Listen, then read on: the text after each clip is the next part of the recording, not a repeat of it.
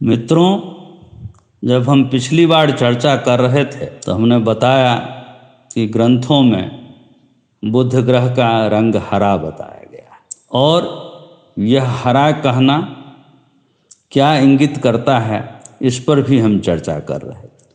उसी चर्चा को आगे बढ़ाते हुए मैं यहाँ यह छात्रों की जानकारी के लिए एक विशेष बात बताना चाहता हूँ कि सनातन धर्म में एक ही मूल धर्म ग्रंथ है और वह है प्रकृति, जो सर्वत्र हरे रंग से आच्छादित है। सौ चराचर के संपूर्ण जीव जंतु, पेड़ पौधे, नदी पहाड़, यहाँ तक कि हम स्वयं भी इस धर्म ग्रंथ के अलग अलग अक्षर एवं शब्द हैं। यह प्रकृति का हरापन ही है जहाँ से हम अपने भरण पोषण की, भोजन इत्यादि की, व्याधियों से उपचार के लिए औषध आदि क्या कई चीज़ों को प्राप्त करते हैं। जब हम कहते हैं कि प्रकृति ही ईश्वर द्वारा लिखित सनातन धर्म का मूल धर्म ग्रंथ है और हम सब उसके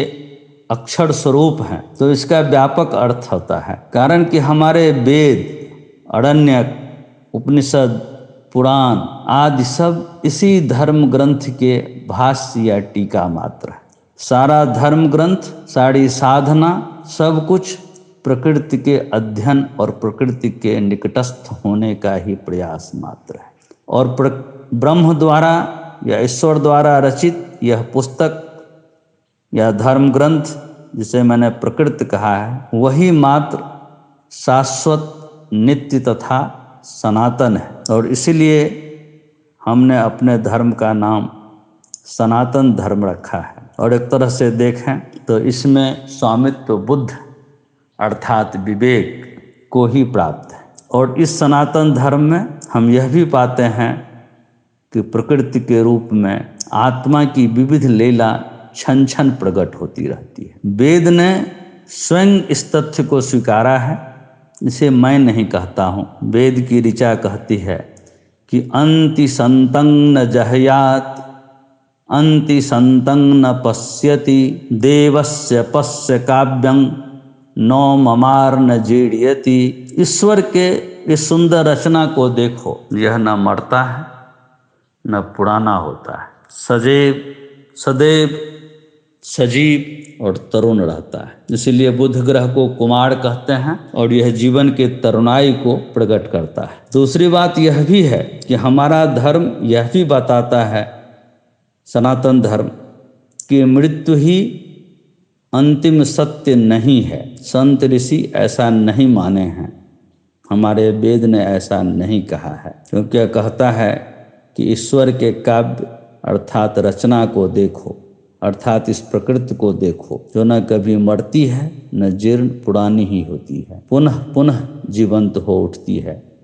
यही मूल धर्म ग्रंथ है। और इस धर्म ग्रंथ को पढ़ने की क्षमता प्राप्त करने के प्रयास का नाम ही साधना है। और इसके सनातन स्वभाव के कारण ही हम अपने धर्म को सनातन धर्म कहते हैं। योगी लोग इसी धर्म ग्रंथ को सही सही पढ़ने के लिए साधना करते हैं, जिससे सर्वव्याप्त आत्मा का अनुभूति कर सकें।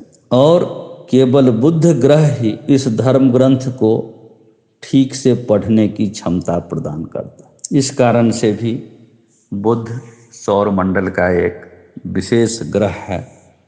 और यह एक बार पुनः बताता है कि क्यों हम कुंडली में बुध ग्रह की बहुत ही गंभीरता से अध्ययन करें।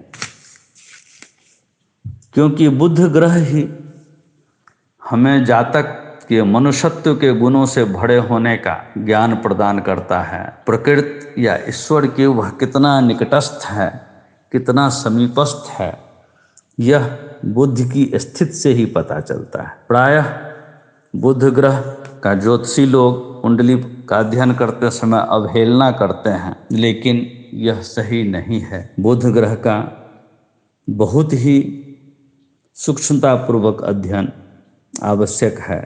प्रत्येक कुंडली में। और मैं तो यहाँ तक कहता हूँ कि बिना बुध ग्रह को ठीक से समझे जातक के विषय में बहुत कुछ जाना ही नहीं जा सकता। मित्रों, इसको बुध इसलिए भी कहते हैं कि यह सौरमंडल का एक तरह से देखें तो सबसे प्रबुद्ध ग्रह है, कारण कि यह मनुष्य के चित्त से सीधे जुड़ा होता है, तभी तो उसमें प्रकृति या ईश्वरता के समीपस्थ होने का एक प्रबल भाव छुपा होता है।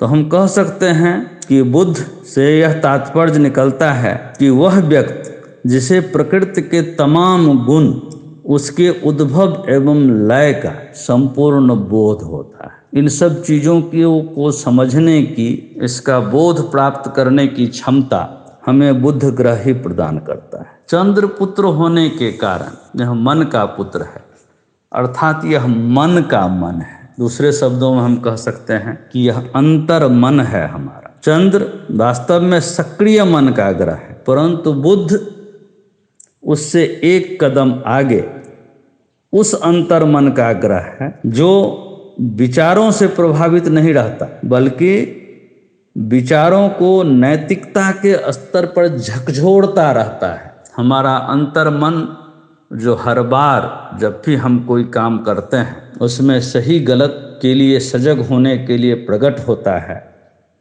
वह बुद्धि की ही तरंगों के कारण होता है। तो एक तरह से यह हमारे अंतर ज्ञान या अंतर चक्षु को भी नियंत्रित करता है, और इसी से हमें अंतर जगत का दर्शन हो पाता है।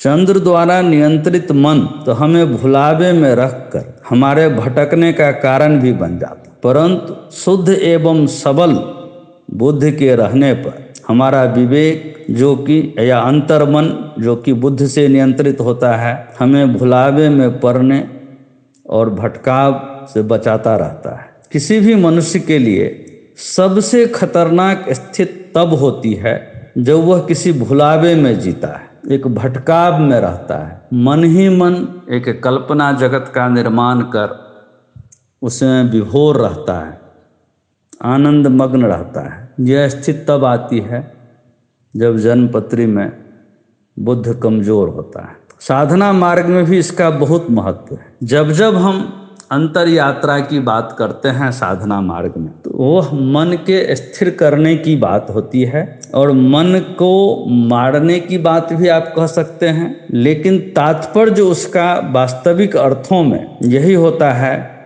कि हम अपने अंतर मन को जगाएं। अंतर मन को जगाने का मतलब हुआ हम अपने बुद्ध को जागृत करें, क्योंकि अंतर मन की आवाज़ बड़ी सूक्ष्म होती है, वह जोर से चिल्ला के नहीं बोलता है, इसलिए लोग नहीं सुन पाते हैं अंतर मन की आवाज़। और ऐसा इसलिए होता है कि बुध बहुत ही शांत, सुशील और अस्थिर ग्रह है। लेकिन यह भी जान लीजिए कि साधना के मार्ग में अनुभूति के लिए बुद्ध के सबल तरंगों की बहुत आवश्यकता होती है।